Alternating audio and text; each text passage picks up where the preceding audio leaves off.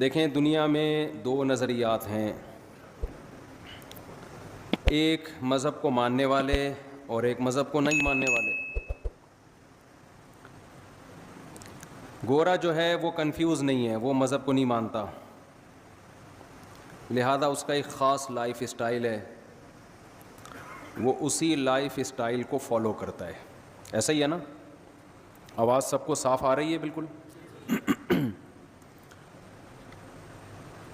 جو مذہب پہ چلنے والے ہیں، علماء ہیں، بزرگان دین ہیں، وہ بھی کنفیوز نہیں ہیں،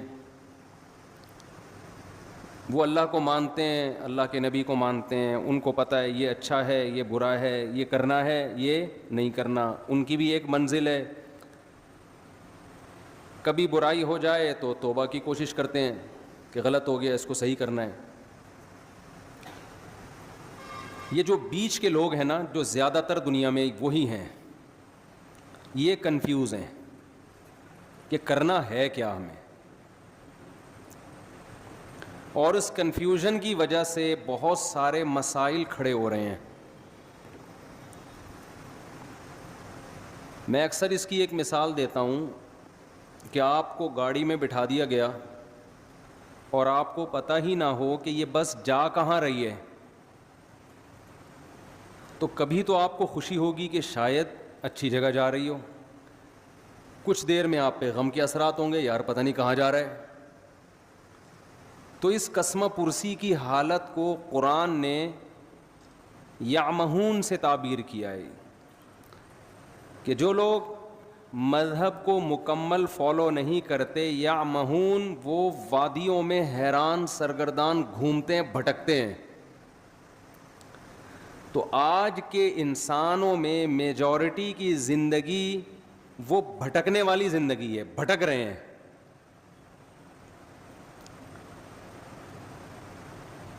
مجھے آپ ایک بات بتاؤ کہ کسی کام کی پلاننگ کام کرنے کے بعد کی جاتی ہے یا کام کرنے سے پہلے کی جاتی ہے؟ پہلے کی جاتی ہے نا۔ مثال کے طور پر آپ نے ناظم آباد میں، نیا ناظم آباد میں، ماشاءاللہ بڑا اچھا لگا مجھے، یہاں کے بڑا اچھا بنا ہوا ہے، پہاڑے وہاڑے بڑے پیارے لگ رہے ہیں۔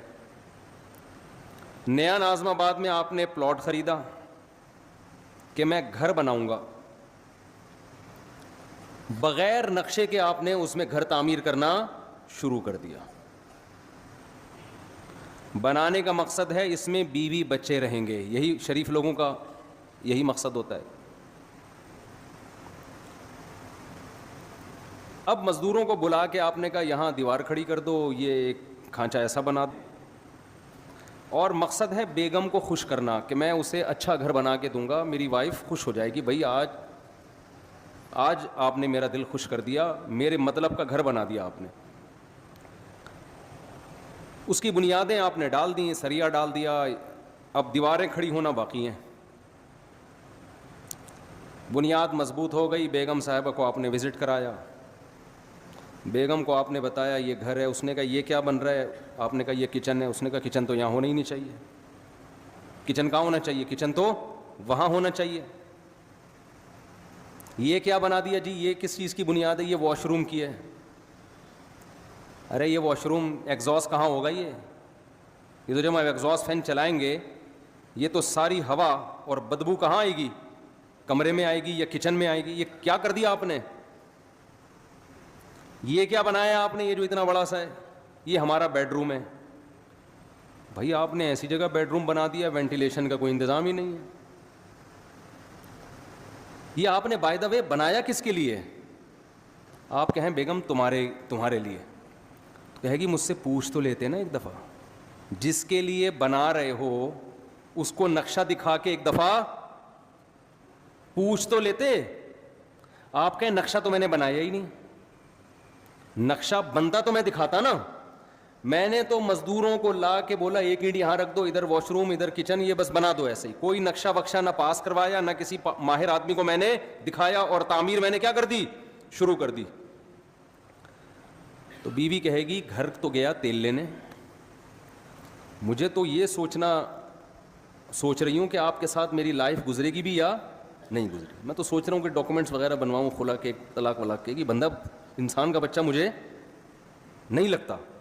اتنا بڑا کام آپ کر رہے ہو اور بغیر پلاننگ کے, بغیر نقشہ پاس کیے, بغیر کسی ماہر سے مشورہ لیے دیواریں پینڈوؤں کی طرح لا کے رکھنا آپ نے شروع کر دی. کسی گاؤں میں تھوڑی کوئی گھر بن رہا ہے, تو نیا ناظم آباد میں بن رہا ہے. آپ نے نیا ناظم آباد کا وہ حشر کیا کہ ایسا حشر تو پرانے ناظم آباد کا نہیں ہے. بیڑا ہی غرق کر دیا.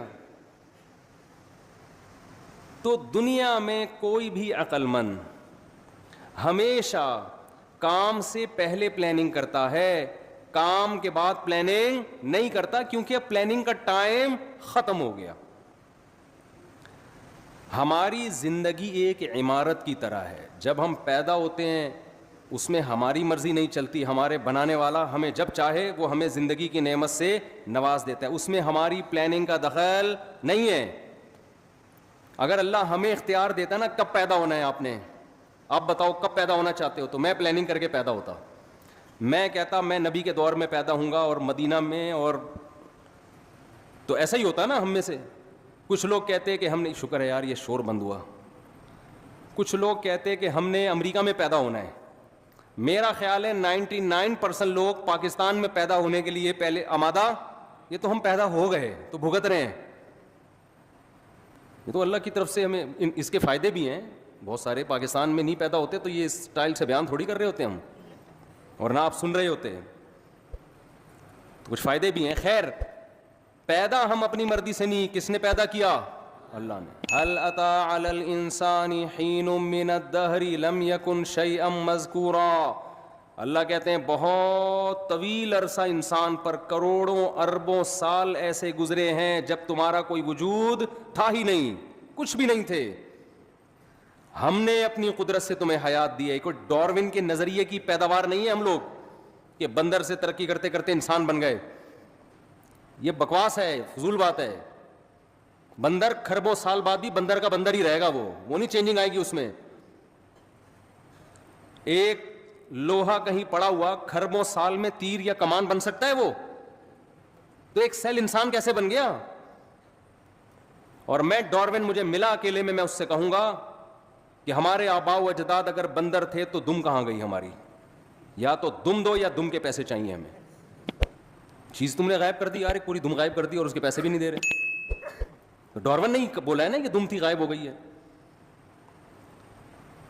تو قرآن کہتا ہے کہ کروڑوں کھربوں سال انسان پر ایسے آئے ہیں کہ وہ قابل تذکرہ چیز نہیں تھا. انا خلقنا, ہم نے بنایا اپنی قدرت سے, اپنے ارادے سے. تو ہمیں پیدا کس نے کیا ہے؟ اللہ نے. اس میں ہماری پلاننگ کا کوئی دخل نہیں ہے. اس کے بعد ہم ماں کی چھاتیوں سے دودھ پیتے ہیں, ہمارے ماں باپ ہمیں پالتے ہیں, پوستے ہیں, بڑا کرتے ہیں. اس میں ہمارے والدین کی پلاننگ کا دخل ہوتا ہے, ہماری اپنی پلاننگ کا دخل نہیں ہوتا. تبھی تو حدیث میں آتا ہے, نبی صلی اللہ علیہ وسلم نے فرمایا کل مولود یولد علی الفطرہ فابواہ یہودانہ او ینصرانہ او یمجسانہ. ہر بچہ نیچر پہ پیدا ہوتا ہے, اسلام پہ پیدا ہوتا ہے. اس کے والدین پلاننگ کر کے کوئی اس کو یہودی بنا دیتا ہے, کوئی مجوسی بنا دیتا ہے, کوئی عیسائی بنا دیتا ہے, اس کو اس کی نیچر سے ہٹا دیتا ہے. کوئی بچہ ماں باپ کو دیکھ کے شرابی بن جاتا ہے, کوئی چور بن جاتا ہے, نیچر سے ہٹتے ہیں. تو یہ کس کی پلاننگ کی وجہ سے؟ والدین کی پلاننگ کی وجہ سے. تو جب تک آپ بالغ نہیں ہوتے, آپ میں عقل و شعور نہیں پیدا ہوتا, آپ کی پلاننگ آپ کے والدین کر رہے ہوتے ہیں. یہ غلط پلاننگ بھی ہوتی ہے, صحیح پلاننگ بھی ہوتی ہے, اور بعض دفعہ کوئی پلاننگ سرے سے ہوتی نہیں ہے. کہتے ہیں بس پیدا ہو گئے, اب تمہاری مرضی, جو بننا ہے بن جاؤ اپنی ذمہ داری پہ. لیکن بلوغت کے بعد جب انسان کی زندگی کی عمارت کھڑی ہونا شروع ہوتی ہے, نبی صلی اللہ علیہ وسلم نے فرمایا بچے کے پیٹ, ماں کے پیٹ میں جب بچے میں جان ڈالی جاتی ہے تو فرشتہ ماں کے رحم میں, ماں کے پیٹ میں جاتا ہے اور اس کی تقدیر لکھتا ہے کہ یہ کتنے سال, کتنے دن, کتنے مہینے, کتنے ہفتے, کتنے گھنٹے, کتنے منٹ اور کتنے سیکنڈ زندہ رہے گا. سمجھ میں آ رہی ہے بات کہ نہیں آ رہی ہے؟ یہ پلاننگ بھی کس نے کر دی؟ یہ ہماری پلاننگ نہیں. اب میرے اور آپ میں سے ہر شخص کے بارے میں یہ لکھا ہوا ہے. کس نے 96 سال؟ ملکہ الزبتھ کے بارے میں لکھا ہوا تھا 96 سال سے پہلے اس کا انا للہ بولو نہیں ہو. 96 سال میں جائے گی یہ دنیا سے. دنیا کی ایسی حاکم سمجھی جاتی ہے جس نے طویل دور حکومت کا دیکھا. تو اللہ نے اس کی ماں کے پیٹ میں فرشتے کے ذریعے کیا لکھوایا کہ یہ 96 سال. اس کی جو موت ہوگی سن 2022 میں اور سپٹمبر کے مہینے میں فلاں تاریخ فلاں سیکنڈ. مائیکل جیکسن کے بارے میں لکھ دیا تھا کہ ان کے ارادے تو 100 سال سے زیادہ زندہ رہنے کے ہوں گے. یہ جراثیم سے ایسے بچیں گے جیسے ہماری حکومت کرپشن سے بچتی ہے. معذرت کے ساتھ الٹا ہو گیا. یعنی یہ جراثیم سے مائیکل جیکسن نے جتنا زندہ رہنے کی کوشش کی ہے نا, ایڑی چوٹی کا زور لگایا ہے, اتنا زور آج کل دنیا میں کوئی لگا سکتا نہیں ہے, اور نہ کسی کے پاس اتنے وسائل ہوتے ہیں. دیکھو میں اور آپ بھی زندہ رہنے کی کوشش کرتے ہیں. ہم کیا کر لیں گے؟ صبح تھوڑا سا جاگنگ کر لیں گے, کولیسٹرول لیول لپڈ پروفائل کا ٹیسٹ کروا لیں گے, بھائی اتنا کولیسٹرول ہے, ہارٹ بیٹ تھوڑی چیک کروا لیں گے. اس سے زیادہ تھوڑی کوشش. کھائیں گے تو وہی پراٹھے, وہی انڈے پراٹھے پھوڑیں گے, وہی گھی چربی اور وہی سب اوٹ پٹانگ چیزیں, گٹکے پان تمباکو سگریٹ. مرنے لگیں گے, تھوڑا چیک اپ کرائیں گے ڈاکٹر صاحب. اس سے زیادہ کوئی کوشش کرتا ہے ہم میں؟ لیکن مائیکل جیکسن نے جو کوشش کی تھی نا زندہ رہنے کی, وہ میں اور آپ کی سوچ جہاں ختم ہوتی ہے نا, مائیکل جیکسن کی زندہ رہنے کی خواہش وہاں سے شروع ہوتی تھی.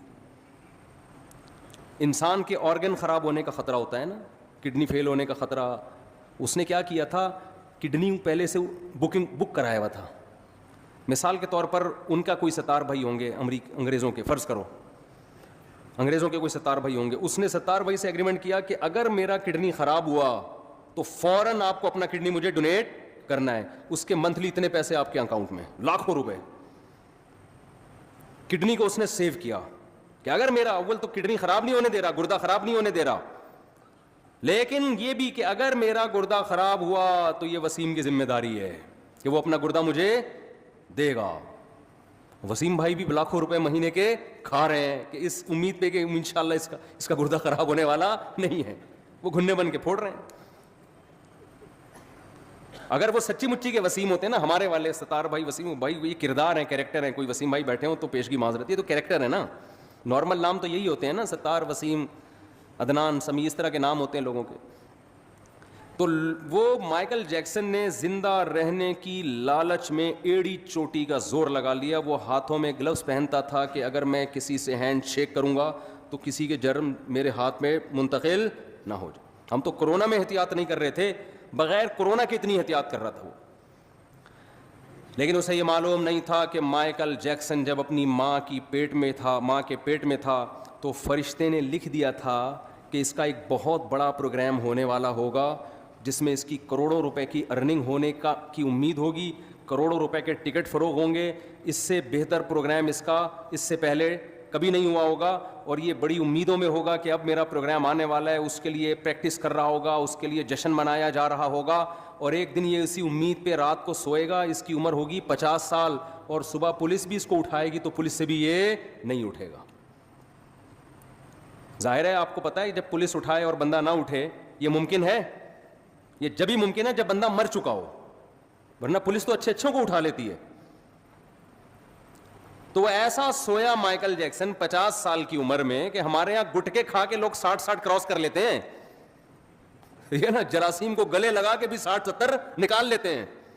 کولیسٹرول کو لے کے چل رہے ہوتے ہیں, کڈنی دونوں فیل ہو چکے ہیں, چل رہے ہیں. میں تو دیکھتا ہوں نا کینسر کے مریض 15-20 سال سے گھسیٹ رہے ہیں, جو صحیح بندہ ہو رہا ہے وہ مر رہا ہوتا ہے. تو مائیکل جیکسن حیران ہو گیا کہ یار جو گٹکے کھا رہا ہے, جو چرس پی رہا ہے, جو ہیروئن پی رہا ہے, وہ کم وقت نہیں مرا, اور میں نے اتنا صحت کا خیال کیا اور 50 سال میں سویا ہوں, کوئی موت کا چانس نہیں تھا. ڈاکٹروں کی پوری ٹیم ہر وقت اس کے ساتھ رہتی تھی. اگر مائیکل جیکسن کو کبھی چھینک آتی تھی نا تو اس کے ذمہ دار ڈاکٹر تھے کہ چھینک آئی کیوں. ہمیں چھینک آتی ہے تو کوئی ذمہ دار ہوتا ہے؟ بولو. چھینکتا رہو, گورنمنٹ کہتی ہے اپنے خرچے پہ جتنا چھینکنا ہے جراثیم پھیلاؤ, آپ چھینکو, منہ پہ جا کے چھینکو لوگوں. ہمارے ہاں بلغم کے تھپیڑے دیکھو نا آپ وضو خانوں میں, کیسے ایک دوسرے کے منہ پہ خا خا کر رہے ہوتے ہیں اور کیا کچھ ہو رہا ہوتا ہے.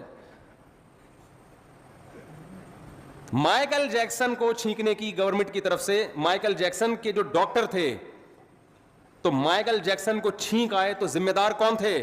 ڈاکٹر. کی چھینک آئی کیوں؟ آپ کو میں ہر مہینے اتنا پیسہ دے رہا ہوں, کوئی جراثیم میری ناک میں گیا کیسے؟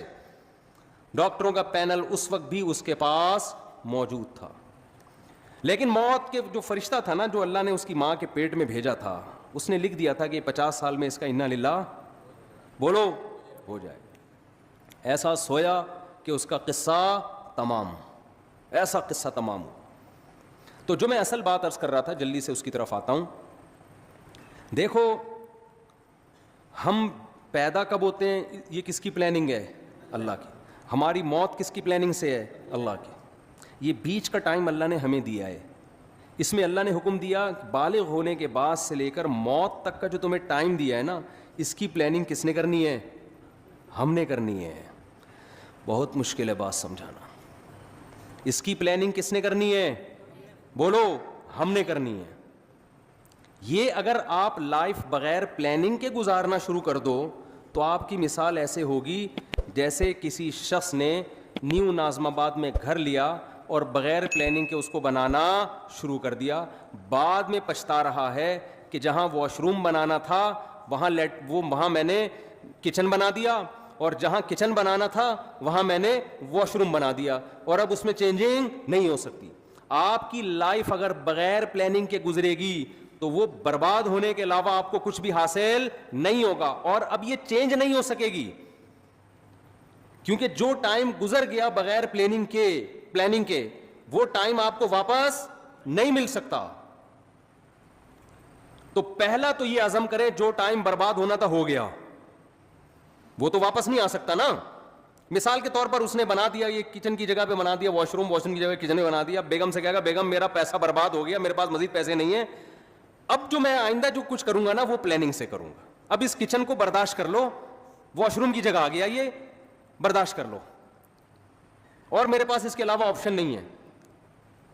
لیکن آپ نے کیا کیا, اب جو غلط ہونا تھا ہو گیا, اس کے بعد بھی اب غلط کرتے چلے جا رہے ہیں. اب آپ کیا کر رہے ہیں کہ جو ایگزاسٹ لگا رہے ہیں ایسی جگہ جہاں کمرے کو آپ کے روم کی طرف ہوا آتی ہو. بھائی اب پلاننگ کا تقاضا یہ ہے کہ ایگزاسٹ لگاؤ ہی نہیں آپ, یا کچھ بھی کرو, لیکن یہ نہیں ہو سکتا. تو جو زندگی میری اور آپ کی بغیر پلاننگ کے گزر گئی, اس پہ تو ہمارے پاس توبہ استغفار کے علاوہ اب کوئی راستہ نہیں ہے. آپ کہہ سکتے ہیں کہ مفتی صاحب آپ کو کس نے کہا کہ ہم نے زندگی پلاننگ کے بغیر گزاری ہے؟ ہم تو ماشاءاللہ اچھے گھرانے کے تھے, جب ہم بالغ ہوئے تو ہمارے والدین نے پلاننگ کی, اس بچے کو ہم نے ڈاکٹر بنانا ہے, اس بچے کو ہم نے انجینئر بنانا ہے, اس بچے کو ہم نے پائلٹ بنانا ہے, اس بچے کو ہم نے بزنس مین بنانا ہے, اس بچے کو ہم نے یہ بنانا ہے, اور الحمدللہ آج ہم وہ بن چکے ہیں.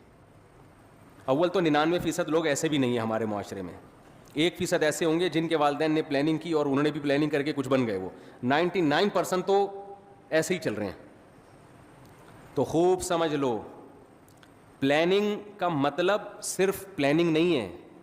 کامیاب پلاننگ یہ ہوتی ہے کہ آپ کوئی بھی تعمیر کھڑی کر رہے ہیں تو اس کا مقصد پہلے آپ سامنے رکھتے ہیں, اس پرپس کو دیکھ کے جب آپ نقشہ بناتے ہیں اس نقشے کو پلاننگ کہا جائے گا.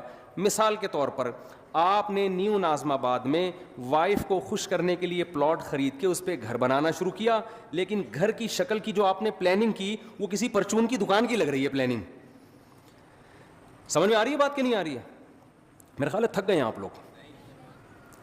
آپ نے گھر بنایا پلاننگ سے, بیگم کہہ رہی ہے یہ کیا ہے آپ کے, یہ بڑا سا ہال بنا دیا میں نے, بہت بڑا. اتنا بڑا ہال بنانے کی ضرورت کیا تھی, باقی کمروں کی تو جگہ بچی نہیں, آپ کہہ رہے ہیں باقی کمروں کا کیا کرنا ہے, ایک ہال کافی ہے ہمارے لیے. وہ کہے گی نہیں مجھے لگتا ہے آپ نے بغیر پلاننگ کے بنایا. آپ کہتے ہیں نہیں میں نے پلاننگ کی تھی, میں نے اس کی پلاننگ کی ہے کہ اس میں اگر کہیں بھی کسی کو گودام کی ضرورت پڑتی ہے نا تو سارا مال اس کمرے میں اتارے گا وہ. تو پلاننگ تو کی ہے آپ نے یقیناً, لیکن یہ گودام کی پلاننگ ہے, یہ گھر کی پلاننگ بولو نہیں. تو میں اور آپ پلاننگ تو کر رہے ہیں فیوچر کی, اول تو بہت سے لوگ کر ہی نہیں رہے. ہمارے یہاں تو الحمدللہ کوئی پلاننگ ہوتی نہیں ہے.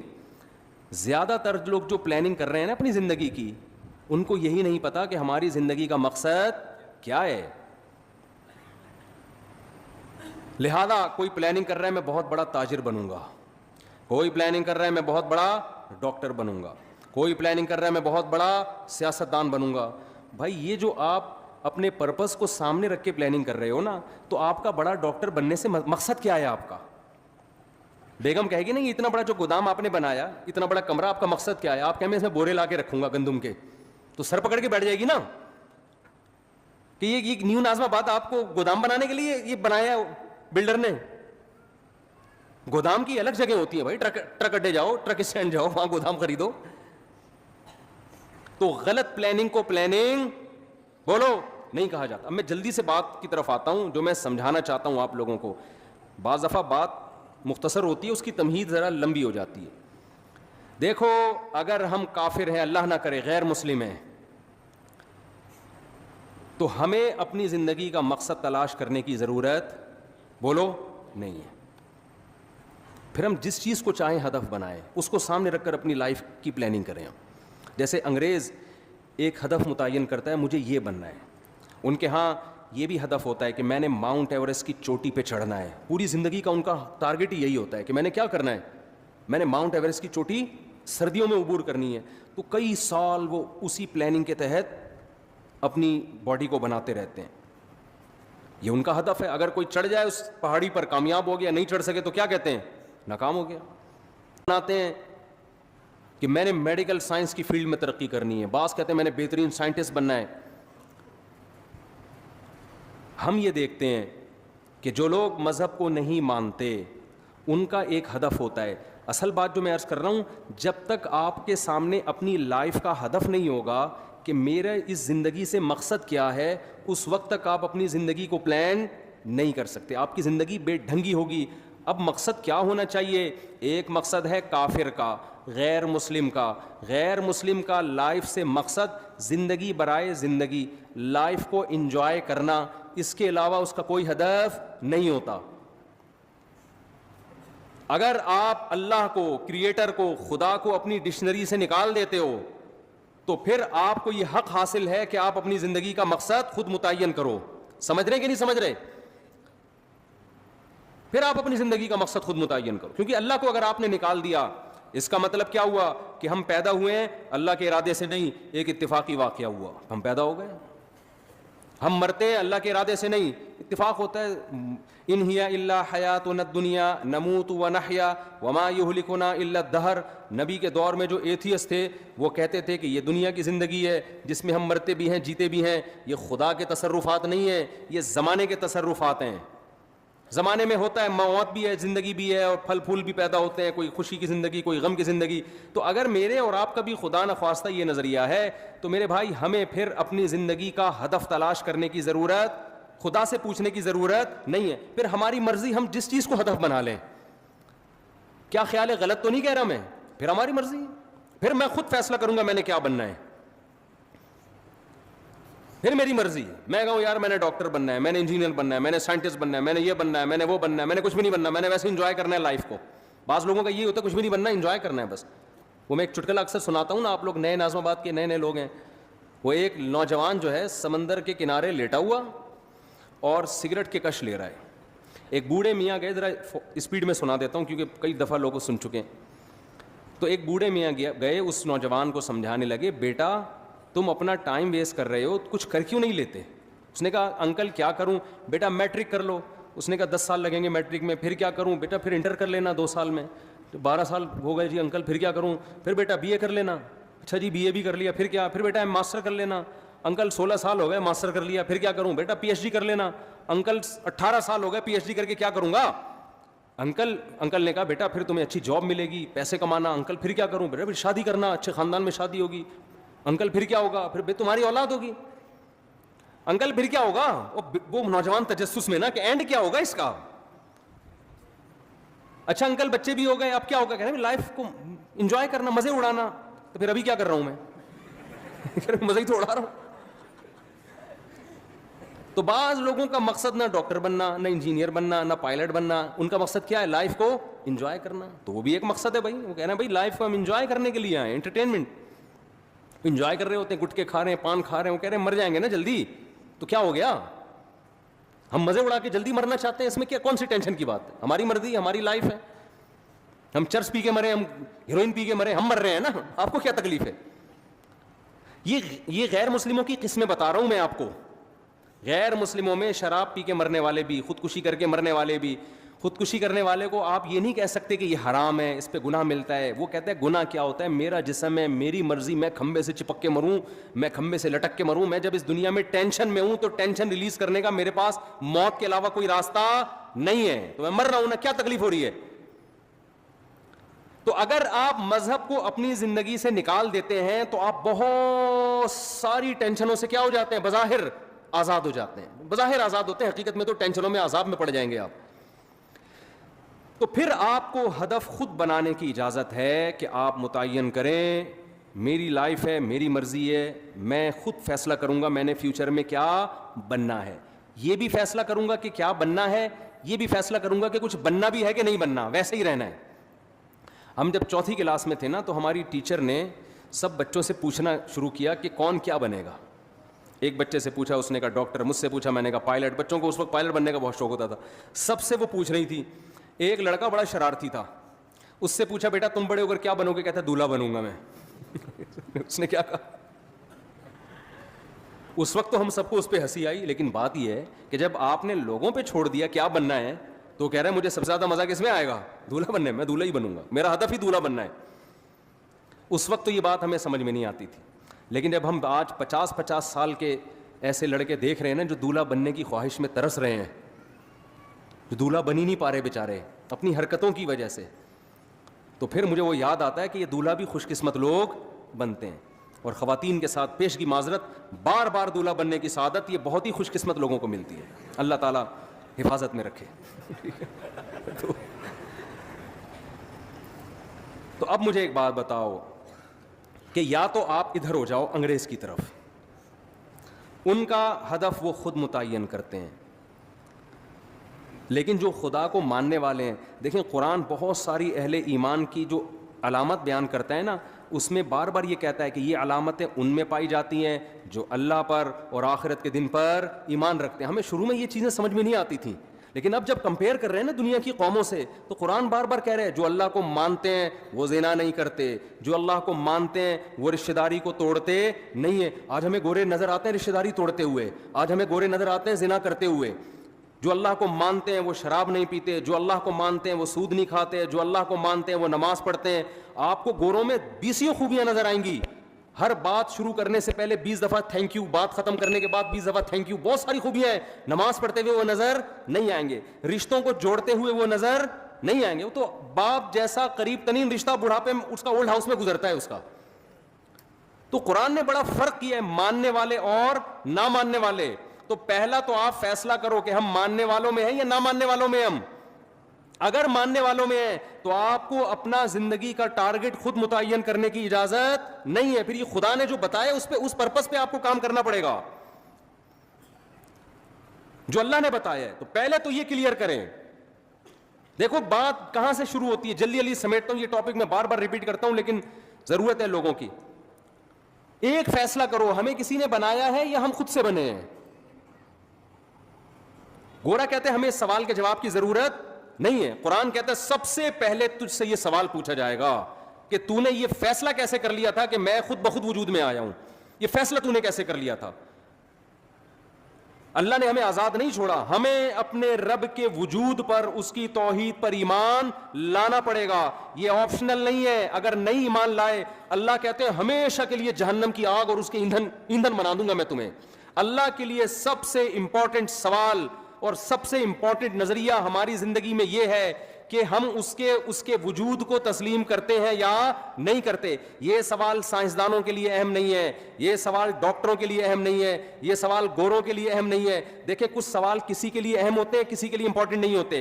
مثال کے طور پر آپ جس گھر میں رہتے ہو، آپ کی بیوی کے لیے سب سے امپورٹنٹ چیز کیا ہے کہ آپ اس کا شوہر اس بیوی کو بیوی سمجھتا بھی ہے کہ نہیں سمجھتا. آپ محلے والوں کے حقوق ادا کر رہے ہو، آپ دوستوں سے اچھے طرح سے مل رہے ہو, آپ کرکٹ کے بہت اچھے کھلاڑی ہو, چوکے چھکے لگا رہے ہو, لیکن گھر میں بیوی کو آ کے کہتے ہو میں نہیں مانتا آپ کو اپنی بیوی, تو ان چھکے چوکوں اور ان قوم کی خدمت کی بیوی کی نظر میں کوئی ویلیو ہوگی؟ بولو نا. وہ کہے گی میری نظر میں تو 2 ٹکے کا انسان نہیں ہے, میں تیرے گھر رخصت ہو کے آئی ہوں, میرا تیرے سے رشتہ ہے, تو مجھے اپنی مان تو صحیح نا, میرے حقوق تو ادا کر. تو بیوی کے لیے سب سے امپورٹنٹ سوال کیا ہے شوہر کے حق میں, کہ یہ شوہر مجھے اپنا مانتا ہے یا نہیں مانتا. اسی طرح خوب سمجھ لو, شوہر کے لیے جب بیوی کا ایک رشتہ ہے تو اس میں سب سے امپورٹنٹ بیوی کے لیے سوال یہ ہے کہ یہ مجھے اپنا ہسبینڈ مانتی ہے یا بولو نہیں مانتی. اب آپ کی وائف اپنے ماں باپ کے ساتھ بڑا اچھا سلوک کر رہی ہے, جاب کر رہی ہے اور غریبوں کو کھانا کھلا رہی ہے, سیلاب زدگان کی مدد کے لیے خود بنفس نفیس شاپر لے کے پہنچی ہوئی ہے, بڑی خدمتیں ہو رہی ہے, جب گھر میں آتی ہے آپ سے تمیز سے بات نہیں کرتی, آپ کہتے ہیں میں تمہارا ہسبینڈ ہوں, وہ کہتی ہے میں کنفیوز ہوں کہ پتہ نہیں آپ ہسبینڈ ہیں بھی یا نہیں ہے, میرے لیے سوال زیادہ امپورٹنٹ نہیں ہے. آپ نادرا کے سرٹیفکیٹ دکھا رہے ہو, بیگم یہ تو وہی میری تصویر لگی ہوئی ہے, یہ مفتی طارق مسعود سے نکاح پڑھوایا تھا ہم نے, اور یہ دیکھو یہ نادرا میں تمہارے ابا کا نام, یہ میرا نام, یہ پورا پراپر کام ہے, ہمارا نکاح رجسٹرڈ ہے. وہ کہتی ہے ایکچولی میرے پاس ٹائم نہیں ہے ان سب باتوں کے لیے, ایکچولی میرے پاس ان سب باتوں کے لیے ٹائم نہیں, میرے لیے سوال زیادہ امپورٹنٹ ہے ہی نہیں, میرے پاس تفتیش کا ٹائم ہی نہیں. میں ڈاروین کے نظریے کو مانتی ہوں. ڈاروین کیا کہتا ہے کہ اتفاق سے وجود میں آ گئے, تو اتفاق سے آپ ہمارے گھر میں آ گئے, دیکھنے میں شوہر لگ رہے ہیں آپ. اب اس تفتیش میں جانا کہ یہ ڈاروین کا نظریہ ٹھیک تھا غلط تھا, میں اتفاقی چیزوں کی قائل ہوں. سائنس سے ثابت کرو کہ تم میرے ہسبینڈ ہو. سائنس سے کوئی ثابت کر سکتا ہے؟ کسی کا باپ بھی ثابت نہیں کر سکتا. کوئی لیبورٹری ٹیسٹ سے کہ یہ اس کا ہسبینڈ ہے کوئی کر سکتا ہے؟ بولو نا کیا ہو گیا؟ سائنس سے کہاں سے ثابت ہوگا بھائی؟ یہ تو گواہوں سے ثابت ہوگا. گواہ کہیں گے آپ کے نہیں میں سائنس کا اسٹوڈنٹ ہوں, میں سائنس کے بغیر نہیں مانتا. نیوٹن کا کوئی قانون پیش کرو کہ وسیم میرا شوہر ہے, تو ہم کیا کہیں گے؟ سائنس کو غلط جگہ فٹ کر رہی ہے بھائی تو. یہی سوال نا آج کل کے لبرل لوگ کہتے ہیں سائنس سے خدا کا وجود ثابت کرو. اول تو سائنس سے بھی ہوتا ہے, لیکن ایک مثال دے رہا ہوں. اتنے ثبوت اللہ نے اپنے وجود کے دے دیے, اتنے مضبوط ڈاکومنٹس پکڑا دیے, اتنے ایک ایک چیز اس کائنات میں خدا کے وجود کی گواہی دے رہی ہے کہ یہ چیزیں خود بخود نہیں بن سکتی. اور گورا کیا کہتا ہے؟ میرے لیے یہ سوال امپورٹنٹ نہیں ہے کہ ہمیں کوئی بنانے والا ہے یا نہیں ہے. تو گورے کے لیے امپورٹنٹ نہیں ہے, میرے اور آپ کے لیے امپورٹنٹ نہیں ہے. جس خدا نے بنایا اس کے لیے سب سے امپورٹنٹ کوشچن کیا ہے کہ تم میرے وجود کو مانتے ہو یا نہیں مانتے. میں 2-3 اور مثالیں دوں. بیٹا کیا کہتا ہے؟ گلی محلے میں سب کی خدمتیں کر رہا ہے, سیلاب زدگان کی مدد کے لیے پہنچا ہوا ہے, بڑی زبردست تقریریں کر رہا ہے. گھر میں جب ابا کہتے ہیں بیٹا مجھے پانی پلا دے, مجھ سے گھٹنے میرے خراب ہو گئے, مجھ سے چلا نہیں جاتا, وہ کہہ رہے بھائی میں آپ کو کیوں پانی پلاؤں, اور انسان کو اپنا کام خود کرنا چاہیے. کہیں بیٹا میں تمہارا باپ ہوں. اب وہ کنفیوز ہے بیٹا, ابا آپ یعنی آپ میرے والد ہیں, وسیم بھائی آپ میرے کیا ہیں؟ ابا ہی کہہ دیا تو پھر تو مسئلہ ہی ختم ہو گیا نا. تو باپ کو غصہ آئے گا, بیٹا تو مجھے باپ نہیں مانتا. بیٹا کہہ رہا ہے ابا اصل میں نے اسٹڈی اور سائنسی ترقی میں اتنا ٹائم لگایا ہے نا کہ مجھے اس سوال کے جواب کی فرصت ہی نہیں ملی کہ آپ میرے ابا ہیں یا اس تحقیق کی میرے پاس ٹائم. میں اصل میں بڑے بڑے کارنامے کر رہا ہوں. میں ابھی ایک میرا خلائی سیارہ چاند پہ پہنچنے والا ہے, اور اگلا سفر میرا مریخ کی طرف, ویزا آ گیا مریخ سے میرا. یہی ہوتا ہے نا آج کل لوگوں نے سائنسدانوں کو اپنا باپ بنا لیا ہے. یار گورا اتنی ترقی کر رہا ہے, گورا اتنی بہت کر رہا ہے بھائی, اس کو مانو کر رہا ہے, ہم اس کے منکر نہیں ہیں. خدا کے لیے یہ ترقی امپورٹنٹ بولو نہیں ہے. خدا کہتا ہے یہ امپورٹنٹ ہے, لیکن پہلے کچھ اور سوال ہے, اس کے بعد امپورٹنٹ ہے. بیٹا کتنی ترقی کرے, محلے والے اس کو کندھے پہ اٹھا کے گھوم رہے ہوں. باپ کے ساتھ اگر وہ کہتا ہے میں کنفیوز ہوں کہ آپ میرے ابا بھی ہیں یا نہیں ہے, ابا کہے گا مجھے سب سے امپورٹنٹ سوال میرے زندگی میں میرے لیے یہ ہے کہ تو مجھے مانتا ہے یا نہیں مانتا. جب تک اس کی تحقیق نہیں کر دیتا اس گھر میں تجھے گھسنے کی اجازت نہیں ہے. فوراً سزا دے کے نکالے گا, جائیداد سے آگ کرے گا اس کو. اب بیٹا بڑا لبرل تھا نا, وہ یونیورسٹی کا پڑھا ہوا, کہہ رہا ہے یار ابا غیر ذریعے وسیم صاحب, ابا تو نہیں کہہ رہا, غلطی سے نکل رہا ہے, یہ جو وسیم صاحب ہیں یہ ایک غیر ضروری سوال جو انسانیت کے لیے اتنا امپورٹنٹ سوال نہیں ہے. کیا ہو گیا اگر میں نے تفتیش نہیں کی, تحقیق نہیں کی؟ میں سیلاب زدگان کی مدد تو کر رہا ہوں نا, میں سائنس میں ترقی تو کر رہا ہوں نا. یہ ساری تقریر سے عوام متاثر ہوگی, باپ جس کا گھر ہے وہ متاثر بولو نہیں ہوگا, وہ نہیں متاثر ہوگا. تو یاد رکھو جو کریٹر ہے نا, جس نے ہمیں بنایا ہے, کاش یہ بات ہماری کھوپڑیوں میں بیٹھ جائے. آج اس ایجوکیشن نے ہمیں خدا کے قریب لانے کے بجائے خدا سے دور کر. ہم ایجوکیشن کے خلاف نہیں ہیں, خوب سمجھ لو, جتنی ایجوکیشن مسلمانوں میں ہے اس سے ڈبل کی ضرورت ہے, لیکن کچھ کانسیپٹ آپ کو کلیئر کرنا ضروری ہے. تو خدا کے لیے, ہمارے بنانے والے کے لیے, ہماری زندگی میں سب سے امپورٹنٹ سوال کیا ہے کہ تم مجھے مانتے ہو یا نہیں مانتے. اللہ کہتے ہیں فیصلہ کرو میری نشانیوں میں غور کر کے, میں نے اتنے ڈاکومنٹس رکھ دیے ہیں کہ تمہیں مجھے ماننا پڑے گا. نو کا آپشن میں نے کیا کر دیا ہے, ختم. ملیشیا میں ایک آدمی مجھے ملا, میں نے اس کو کہا تم خدا کو مانتے ہو؟ اس نے کہا میں فری تھنکر ہوں. میں یہ فرسٹ ٹائم میں نے یہ ٹرم سنی تھی, میں نے کہا یہ کیا ہوتا ہے؟ اس نے کہا میں نہ تو مانتا ہوں نہ میں نہیں مانتا. ایک تو ہوتا ہے نا خدا کو نہیں مانتا, وہ کہہ رہے مجھے, میں بس فری تھنکر, یعنی کولیسٹرول فری آئل ہوتے ہیں نا, ہوتے نہیں ہیں وہ, لیکن لکھا ہوا ہوتا ہے. ہمارے ہاں وہ انڈیا سے جب وہ بند ہوا ہے نا, وہ ابھی نندن کا کیس ہوا تھا, تو انڈیا والوں نے دھمکی دی تھی کہ ہم تمہارا ٹماٹر بند کر دیں گے. ٹماٹر انڈیا سے آتا تھا, تو ہمارے یہاں لوگوں نے یوٹیوب پہ ویڈیو بنا کے ڈالی. ہمارے یہاں تو ٹومیٹو کیچپ میں ٹماٹر نہیں ڈلتا یار, تم ہمارا ٹماٹر بند کر کے کیا نقصان کرو گے. تو جن ڈبوں پہ کولیسٹرول فری لکھا ہوا ہوتا ہے نا, ان ڈبوں کو فری کرانے کی ضرورت نہیں ہے. یہ لکھنے پر گورنمنٹ کی طرف سے کوئی پابندی نہیں ہے, کچھ بھی لکھ دو, کوئی بھی تصویر بنا دو. وہ پھلوں کے اس پہ جوس میں ہوتے ہیں, ان پہ پھلوں کے تصویریں ہوتی ہیں, وہ تصویریں ہی ہوتی ہیں. وہ ایک صاحب کہتے تھے میرے ابا حلیم کی دیگ بنا کے تقسیم کیا کرتے تھے. تو کیسے کرتے تھے؟ کہہ رہے ہیں حلیم میں اتنا چاول, اتنے پانی ڈالا اور 40 کلو گوشت لکھ کے اس کی پرچی ڈال دی اندر. گوشت نہیں ڈلتا. تو ہمارے یہاں تو حلیم ایسے بن جاتا ہے, اسی سے ذائقہ آ جائے گا بھائی. تو فری تھنکر, اس نے کہا میری کوئی تھنکنگ نہیں ہے. کیا مطلب؟ آپ اتنے اہم سوال کو سوچنے کے لیے تیار ہو ہی نہیں. کیوں نہیں تیار ہو؟ اس لیے کہ جب آپ نے سوچ لیا نا یہ میرے ابا ہیں, تو ایک طویل سوالات کا سلسلہ شروع ہو جائے گا. آپ نے, جو آپ کی وائف گھر میں رہتی ہے, آپ نے اگر مان لیا کہ یہ میری وائف ہے, تو جان چھوٹے گی نہیں, بلکہ کیا ہوگی, پھنسے گی جان آپ کی. اس لیے جو فری تھنکر ہے وہ کہتا ہے ایکچولی میرے لیے سوال امپورٹنٹ ہے ہی نہیں کہ تم میری وائف ہو یا نہیں ہو, مجھے اس تحقیق کی چندہ ضرورت نہیں ہے, تم بھی لائف کو انجوائے کرو, مجھے بھی انجوائے کرنے دو. یہ ہوتا ہے فری تھنکر. تو انسان ایک دوسرے کے حقوق میں تو ایسا نہیں کرتا. بیگم کو آپ بول کے تو دکھاؤ مجھے پتہ نہیں میں کنفیوز ہوں, تو آ جائیں گے آپ کے سالے والے پکڑنے کے لیے آپ کو. لیکن خدا نے چونکہ عذاب آخرت میں رکھا ہے, دنیا میں اللہ عذاب نہیں دیتا, کیونکہ یہ دارالامتحان ہے, ایگزامینیشن ہال ہے. رزلٹ ایگزامینیشن ہال میں اناؤنس نہیں ہوتا, رزلٹ ہمیشہ ایگزامینیشن ہال سے نکلنے کے بعد اناؤنس ہوتا ہے. قرآن بار بار کہتا ہے وَلَا تَحْسَبَنَّ اللَّهَ غَافِلًا عَمَّا يَعْمَلُ الظَّالِمُونَ, ظالم لوگ جو کچھ کر رہے ہیں, اے لوگوں ان پر عذاب نہیں آتا, تو اللہ کو ان سے ہرگز غافل مت سمجھو. انما یؤخرهم لیوم, اللہ ظالم کو مہلت دے رہا ہے ایک ایسے دن کے لیے, تشخص فیہ الابصار, جس دن آنکھیں پھٹی کی پھٹی رہ جائیں گی, آنکھیں کھلی کی کھلی رہ جائیں گی, حیرت کے مارے, خوف کے مارے. تو اللہ چونکہ عذاب نہیں دیتا, لہذا اللہ کے بارے میں کہ وہ ہے یا نہیں ہے, اس میں انسان کیا ہو رہا ہے کہ میرے پاس سوچنے کا ٹائم نہیں ہے.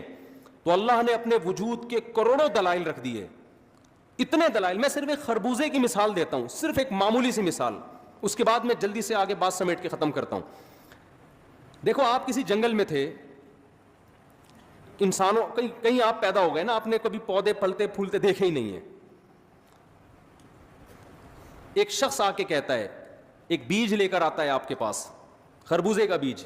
وہ کہتا ہے آؤ میں تمہیں ایک میجک دکھاتا ہوں, جادو دکھاتا ہوں. آپ کہیں گے بھائی کیا جادو دکھا دے گا, ایک بیج کے 2 بیج کر دے گا ایسے منتر دکھا کے؟ کہتے ہیں نہیں.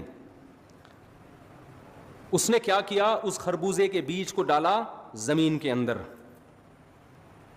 آپ کہیں گے بھائی یہ کیا جادو ہو گیا ہے, بھائی یہی کہیں گے نا, کہیں گے دیکھو ابھی ہوتا کیا ہے. اس خربوزے سے کے بیج سے تھوڑے دنوں میں ایک کومپل نکلنا شروع, ایک تھوڑی سی اس کی جو بیل نکلنا شروع. آپ کہیں گے یار یہ ہے جادو, یہ تو کوئی نارمل ہے, کوئی چیز نکل گئی ہوگی اس سے, پانی اور کھاد ملا ہے تو کچھ نکل گیا ہوگا. کہتے ہیں ابھی جادو شروع ہوا ہے. وہ بڑھنا شروع ہوئی, بڑھتے بڑھتے کیا ہوا, اس میں تھوڑے دنوں کے بعد پھول پیدا ہونا شروع ہو گئے, خوبصورت پھول. آپ حیران ہو گئے نا کہ یار ایک بیج تھا, وہ یہاں تک کیسے پہنچا کہ گوبر, پانی اور مٹی کے ملاپ سے اس بیج میں پہلے سے ایسے سافٹ ویئر انسٹال ہو گئے ہیں کہ گوبر, پانی, مٹی اور سورج کی روشنی اس کو لگے گی تو اس میں خوبصورت اور خوشنما پھول پیدا ہونا شروع ہو جائیں گے. آپ اس کو اتفاق مان لو گے یا کہو گے کہ یہ انسٹالیشن ہوئی ہے؟ دیکھو کی بورڈ پہ جب آپ ایف کا بٹن لکھتے ہو, کمپیوٹر کے مانیٹر پہ ایف لکھ کے آتا ہے, تو یہ اتفاق ہو سکتا ہے؟ یہ ایک انسٹالیشن ہے نا. ارے کمپیوٹر کا ایک ڈبہ کروڑوں کھربوں سال میں وجود میں نہیں آ سکتا, اس میں سافٹ ویئر کھربوں سال میں آٹومیٹیکلی کیسے خود بخود انسٹال ہو سکتے ہیں؟ تو یہ بیج کے اندر جو ایسے سافٹ ویئر انسٹال ہو گئے کہ زمین میں ڈالا اور اس سے خوبصورت پھول پیدا ہونا شروع. ہم کہہ سکتے تھے اتفاق سے ہو گیا, لیکن نہ ایک پلاننگ ہے. وہ پھول ایک کام کر رہے ہیں. اگر اتفاق سے ہوتے نا تو ایسے ہی ہو جاتے پیدا. ان پھولوں کی ایک ذمہ داری ہے, وہ پھول اٹریکٹ کر رہے ہیں تتلیوں کو, کیڑے مکوڑوں کو. ابھی ہم نے گھر میں کدو کی بیل لگائی ہوئی تھی, توری کی بیل, پھول نکلے تو اتنے کیڑے مکوڑے مکھیاں ان پھولوں کے اوپر آ کے بیٹھ رہی ہیں. وہ کیا کرتا ہے, پھول اٹریکٹ کر کے تتلیوں کو, کیڑے مکوڑوں کو اٹریکٹ کرتا ہے, وہ اس کے اوپر آ کے بیٹھتے ہیں. اس سے نر مادہ ذروں کا آپس میں ملاپ ہوتا ہے, اور اس ملاپ کے نتیجے میں اب کیا ہو رہا ہے کہ وہ پھول مرجھا گیا اور اس کے نیچے چھوٹا سا ایک کچا خربوزہ پیدا ہو گیا. آپ کہہ رہے ہو یار یہ تو عجیب کام ہو رہا ہے بیج کے اندر, یہ تو واقعی بڑا جادو ہے. کہنے والا کہتا ہے ابھی جادو, ابھی تو ابتدا ہے, ابھی تو دیکھ ہوتا کیا ہے. ہوتے ہوتے ہوتے ہوتے وہ کچا پھل ہوتے ہوتے بڑا ہوا, بڑے ہونے کے بعد ایک مقام پہ جا کے پیلا ہونا شروع ہوا, ہوتے ہوتے وہ دوبارہ کیا بن گیا, خربوزہ بن گیا. آپ کہہ سکتے ہو کہ یہ آٹومیٹیکلی بیج جیسا وجود میں آ گیا کھربوں سال کے بعد؟ کہہ سکتے ہو؟ کہو گے یار یہ ایسا جادو تو ہم نے زندگی میں کبھی نہیں دیکھا. وہ کہے گا ابھی آپ کو پتہ نہیں ہونے والا کیا ہے.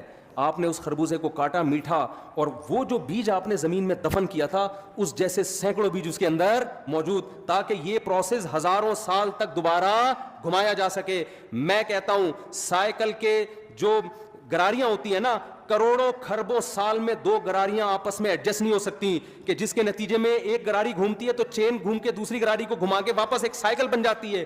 ایک معمولی سی سائیکل جس میں کوئی سافٹ ویئر انسٹال نہیں ہے, ایک ہارڈ ویئر ہے, وہ مادی چیز ہے, کھربوں سال میں لوہے سے خود بخود وجود میں نہیں آ سکتی. خربوزے کے بیج میں ایسا سائیکل کہ ایک خربوزہ پیدا ہوتا ہے, بیل بنتی ہے, دوبارہ اس سے سینکڑوں خربوزے, ہر خربوزے میں سینکڑوں بیج, اور ہر بیج میں کروڑوں خربوزے پیدا کرنے کی صلاحیت. اور یہ کام صدیوں سے چلا آ رہا ہے, آج تک اس میں کوئی نقص واقع نہیں ہوا. تو ایک خربوزہ, خدا کی قسم لا الہ الا اللہ, اس کا ایک بیج اپنے بنانے والے کا منہ بولتا ثبوت ہے, بار بار گواہی دے رہا ہے کہ مجھے کسی نے بنایا ہے, یہ آٹومیٹیکلی وجود میں نہیں آ سکتا. پھر ایک خربوزہ کیا, پھر آم کی گٹلی کو دیکھو, ان لکم فی الانعام لعبرہ, یہ آیت پڑھتا ہوں مجھے بڑا مزہ آتا ہے. قرآن کہتا ہے تمہارے لیے ان چوپایوں میں عبرت کا سامان ہے. آپ صبح شام جو دودھ پیتے ہو, آپ اس دودھ کو بوائل کر کے اتنا مکھن, اتنا گھی نکالتے ہو. ڈاکٹر کہتا ہے آپ کو یہ مکھن والا اور گھی والا دودھ پینے کی اجازت نہیں ہے, کولیسٹرول پیدا ہو جائے گا آپ کے اندر, اتنی چکنائی.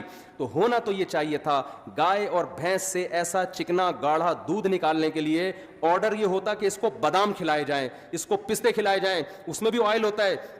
یہ جب بادام پستے والی چیزیں کھائے گی تو اس سے آئلی دودھ پیدا ہوگا. لیکن اللہ نے کیا کہا کہ اگر اس کی خوراک بادام رکھ دی جائے تو انسان کہے گا اللہ یہ ڈائریکٹ بادام میں خود نہ کھا لیتا ہے, بھائی مجھے دودھ کی تو ٹینشن, بادام یہ نہیں کہنا کہ تو بادام سے زیادہ مہنگا پڑ رہا ہے مجھے. اللہ نے کیا کہا, ایسی مشین پیدا کروں گا, ایسی مشین ایسی مشین جس کو سوکھا چارہ کھلاؤ گے, اس سوکھے چارے کو کسی بھی لیب میں آپ لے جائیں, رگڑ کے دیکھیں, فرانس کے, جاپان کے سائنسدانوں کے پاس لے جائیں کہ اس گھاس کو رگڑ رگڑ کے اس میں چکنائی اور تیل کا ایک قطرہ نکال کے دکھا دو. وہ کہے گا بھائی ہم نے آج تک ایسی کوئی مشین ایجاد نہیں ہوئی ہے جو گھاس سے چکناہٹ نکال کے دکھا دے, ہے ہی نہیں تو نکلے گی کہاں سے. اللہ نے کہا کہ جو کام ہزاروں سال میں سائنس وہاں تک نہیں پہنچی, میں نے ہزاروں سال پہلے ایسی مشین بنا دی ہے.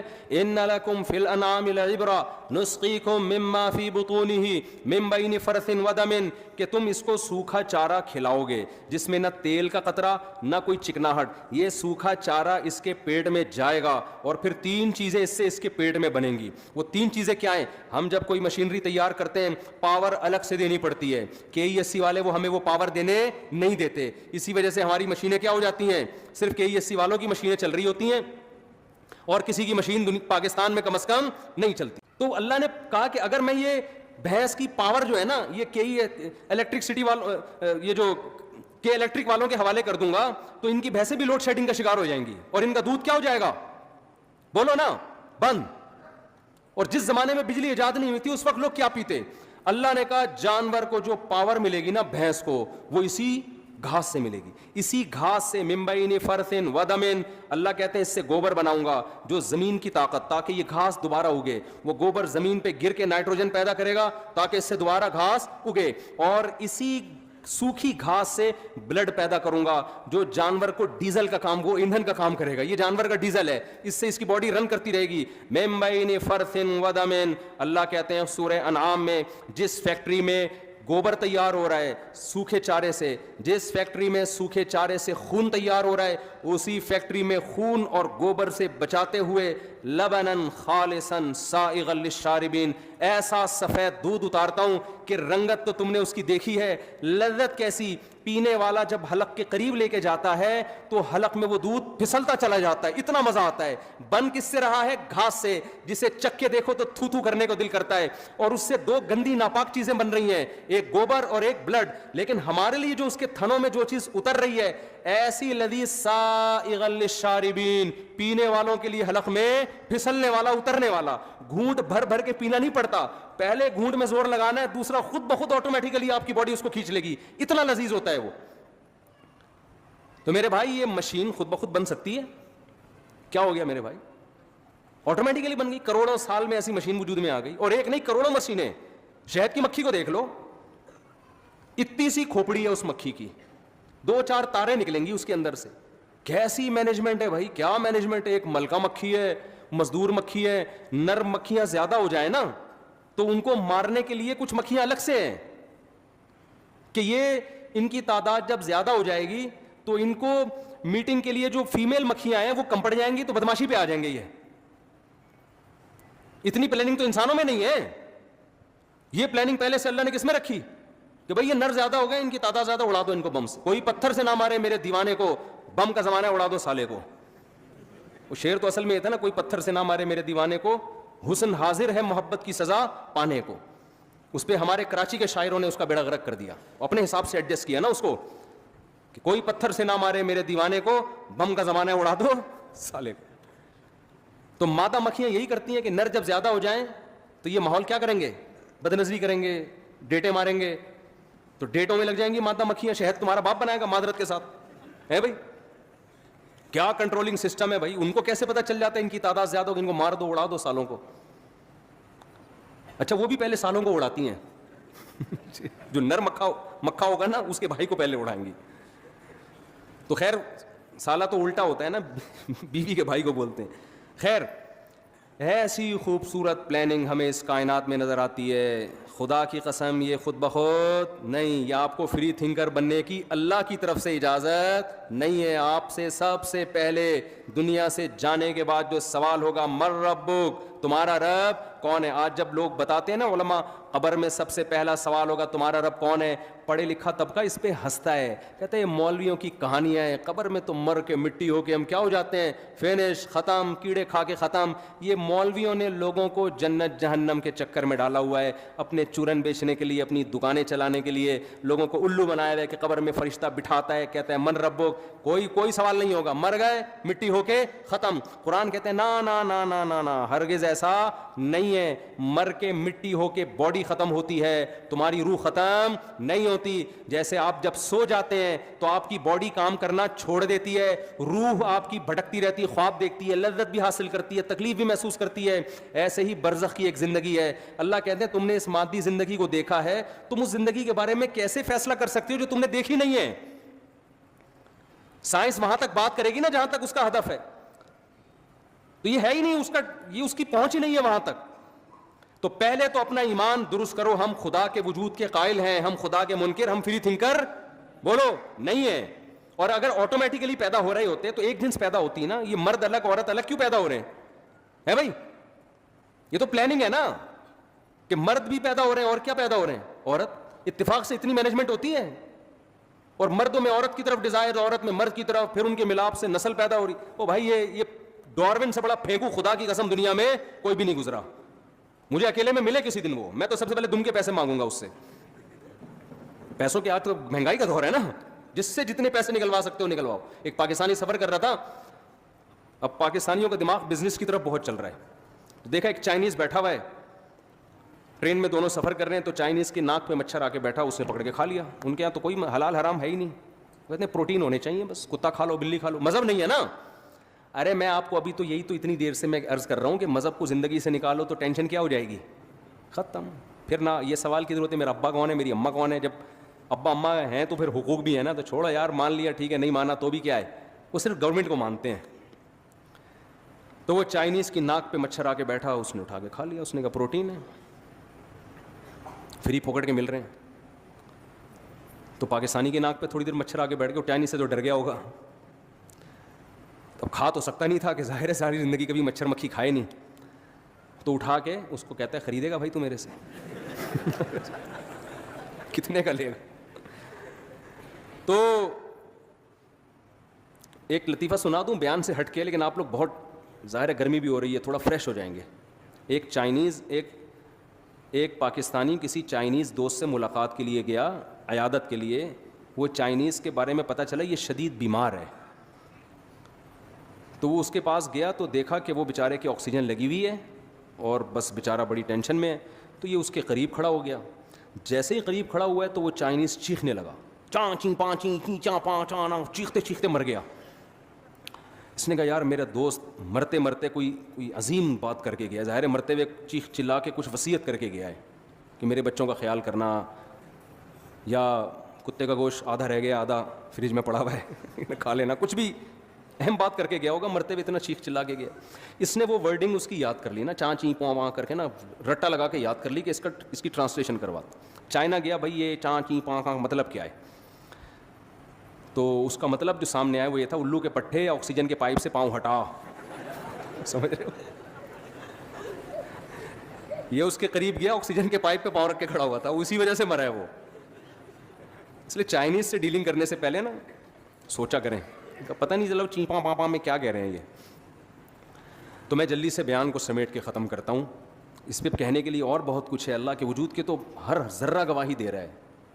آپ ایٹم کو توڑنا شروع کرو, الیکٹران پروٹون اور نیوٹران کا جو ایک نظام ہے نا, نیوکلیس کا اتنا خوبصورت پیچیدہ نظام ہے, وہ خود گواہی دے رہے ہیں کہ ہمیں کسی نے بنایا ہے. تو میں جو اصل بات کی طرف آیا تھا کہ آپ نے جب فری تھنکر کیوں بنتے ہیں, بیگم آپ سے پوچھ رہی میں آپ کی وائف ہوں, آپ کہتے ہیں اوں کر کے منہ اٹھا کے چلے جاتے ہیں.